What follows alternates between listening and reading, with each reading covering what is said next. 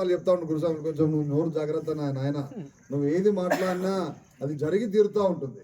మనం వెహికల్లో పోయినా బస్సులో వెళ్ళినా కన్యాస్వామిని అందరికీ వెనక కూర్చునే పెడతా ఉంటాం. ఆయన మాట్లాడలేకుండా గురుస్వామిని అందరూ జాగ్రత్త పడతా ఉంటారు.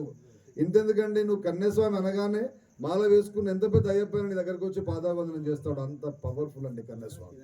కాబట్టి కన్యాస్వామి ఎవరైతే ఉన్నారో దయచేసి బాగా జాగ్రత్తగా ఉండాలి. నేను అనుకుంటా ఉంటాను 41 రోజుల్లో ఏదో ఒక రోజు స్వామి మన కళ్ళలో కనబడాలంటే మన నిష్ట అంత అద్భుతంగా ఉండాలండి.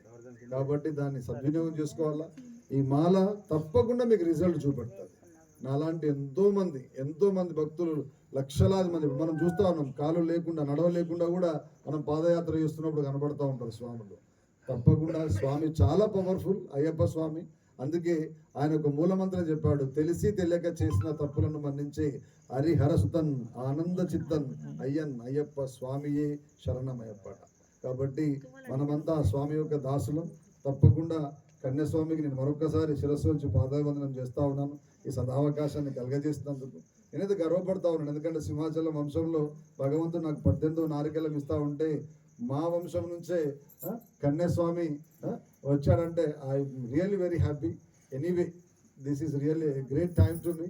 గురుస్వాములందరూ కూడా చాలా ప్రశాంతంగా ప్రేమగా భక్తితోటి చేస్తా ఉన్నారు. గురుస్వామి చెప్తా ఉన్నాడు, మేము అన్నీ చూసుకుంటాం స్వామి అని చెప్పాట కన్యాస్వామి. కొద్దిగా ముందు చెప్పుకుంటే మేము భిక్షేసి డైరెక్ట్ ఇక్కడికే వచ్చేద్దామని. అంత చక్కటి సంస్కారాన్ని ఇచ్చినటువంటి మీ అందరికి కూడా గురుస్వామికి మరొక్కసారి మనస్ఫూర్తి నేను పాదవందనం చేస్తూ ఉన్నా. ఇక్కడ పాల్గొన్న ప్రతి అయ్యప్పకి భగవంతుడి యొక్క ఆశీర్వచనం ఉండాలని, మనస వాచ కర్మన మీ ఫ్యామిలీస్ అద్భుతంగా ముందుకు సాగాలని, ఆ స్వామివారి యొక్క కృపా కటాక్షాలు మీకు మీ ద్వారా కన్యాస్వామికి ఉండాలని మనస్ఫూర్తి కోరుకుంటున్నాను. స్వామి సదావకాశాన్ని మీ అందరికీ మరొక్కసారి శిరస్సు వచ్చి పాదవందనం చేస్తా ఉన్నా స్వామి.